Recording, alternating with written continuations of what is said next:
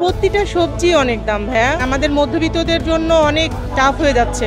৬০ টাকার নিচে কোনো সবজিই নেই, বেঁচে থাকাটাই এখন মুশকিল। মাছ মাংস আসলে এগুলো কিনা হয় না, আমি বেশি কিনি না, বুঝছেন।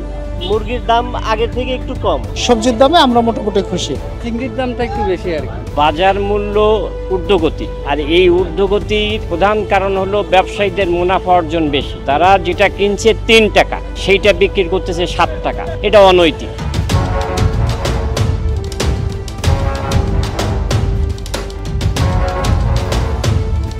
প্রতিটা সবজি অনেক দাম ভাইয়া, মানে আমাদের মধ্যবিত্তদের জন্য অনেক টাফ হয়ে যাচ্ছে কেনাকাটা করার জন্য, বেঁচে থাকার জন্য, বেঁচে থাকাটাই এখন মুশকিল। পেঁয়াজ অনেক দাম বেড়ে গেছে, কিন্তু এখন কিন্তু পেঁয়াজের মৌসুম। হ্যাঁ, তারপর সবজি কিন্তু এখন কোনো বন্যাও না, কোনো কিছুই না। তারপরে প্রত্যেকটা সবজি ৮০ টাকা, ৭০ টাকা, ৬০ টাকা, ৬০ টাকার নিচে কোনো সবজিই নেই। তাহলে আমাদের তো আর ধরেন সরকারি চাকরি না, বা আমাদের তো স্যালারিও বাড়ছে না, কিন্তু তারপরে ধরেন বাসা ভাড়া বেশি, নিত্য পণ্যের দাম বেশি, অনেক কষ্ট না। তারপরে ধরেন অসুস্থ যদি থাকে কেউ, তাহলে তো আর কোনো কথাই নেই। অনেক কষ্ট, আসলে অনেক ভেবে চিনতে সবজি কিনতে হচ্ছে যে আসলে নিব কি নিব না। মুরগির দাম আগের থেকে একটু কম, ১৯০ বা ২০০ ছিল, এখন ১৬০ ১৭০ পাওয়া যায় আর কি। টানা সপ্তমবারের মতো বেস্ট টিস্যু পেপার ব্র্যান্ড হিসেবে স্বীকৃতি পেয়েছে বসুন্ধরা টিস্যু। এক এক সময় এক এক দাম যায়, তারপরেও দেখি ওনারা মাঝে মধ্যে তো বেশি বাড়াই দেয়। যেমন পয়লা মেতে হঠাৎ করে চিংড়ির বাজার ১-১৫০ টাকা বাড়াই দিচ্ছে। পাবদা কিনলাম, পাবদা আগেও যেরকম ছিল এখনো সেরকমই বিক্রি করতেছে আর কি। ছুটির দিনে একটু দাম ইনক্রিজ করে আর কি। চিংড়ির দামটা একটু বেশি আর কি আগের তুলনায়। কর ক্ষমতায় বাইরেই ধরা চলে আর কি। এই পাবদা এগুলি তো আসলে আগে ছিল ২৫০ থেকে ২৫০ টাকা কেজি, এখন তো ৩০০ টাকা কেজি বিক্রি করতেছে। ক্রয় ক্ষমতা আসলে দিন দিন যেভাবে বাজার, মনিটরিং ব্যবস্থা তো ঠিক নেই। মনিটরিং থাকলে হয়তো বা কিছু কমতো। আগের তো একটু কমই লাগতেছে। আগে গাছ কাপ নিয়েছি ৩৫০ করে, এখনকার নিতেছি ৩০০ করে। আমার কাছে কম লাগতেছে, অন্যের কাছে যে কেমন লাগতেছে তা বলতে পারতেছি না। অন্য মাছটা একটু, চিংড়ি মাছটার দাম বেশি একটু। বাজার মূল্য ঊর্ধ্বগতি, আর এই ঊর্ধ্বগতির প্রধান কারণ হলো ব্যবসায়ীদের মুনাফা অর্জন বেশি।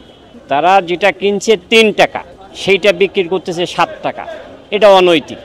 এইটা মার্কেটিং, সরকারের মার্কেটিং বিভাগ আছে, ভোক্তা অধিকার আছে, তারা ক্রয় মূল্য কত পড়তেছে এবং খুচরো বিক্রেতা কি বিক্রি করতেছে এইটা যদি চেক করে, এইটা যদি নিয়ন্ত্রণ করে, জিনিসের দাম অনেক কমে যাবে।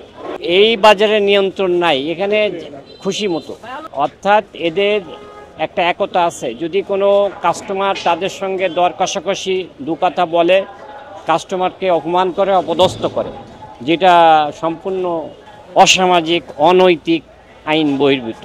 এইটা তাদের মুনাফা বেশি অর্জনের আকাঙ্ক্ষা। এটা আমাদের পকেট থেকে টাকা বের করতে হয়, কারণ ১ টাকা মূল্য হইলে তার একটা মুনাফা করার নিয়ম আছে, 20% অথবা 20%, সর্বোচ্চ সে 30% করতে পারে, কিন্তু সে তো দ্বিগুণ করতে পারে না। এটাই তো অনৈতিক। এবং ব্যবসায়ীদের এই ক্ষেত্রে কোনো ট্রেনিং নাই, খুচরো বিক্রেতাদের কোনো ট্রেনিং নাই, কোনো মোটিভেশন নাই।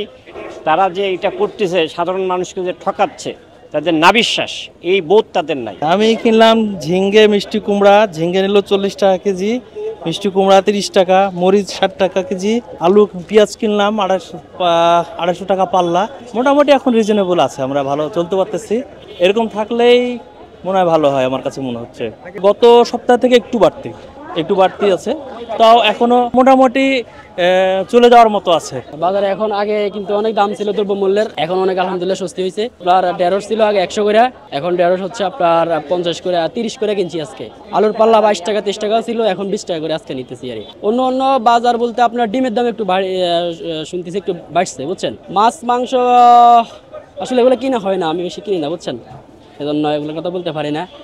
মাছ মাংস কিনা হয় না, একটু দাম বেশি, এজন্য আমি ওই যে একসাথে কিনে আনি, নিয়ে ফ্রিজে রাখি, তারপরে আবার অনেক দিন পরে বাজারে আসি, তারপর আবার কিনা হয়। আর পেঁয়াজটা এই দাম কমতেছে, এই বাড়তেছে, এইটার সিন্ডিকেটটা কেউ ভাঙতেই পারতেছে না। পেঁয়াজ, আলু, পেঁয়াজটার দাম মাঝে কম ছিল, এখন আবার বেড়েছে।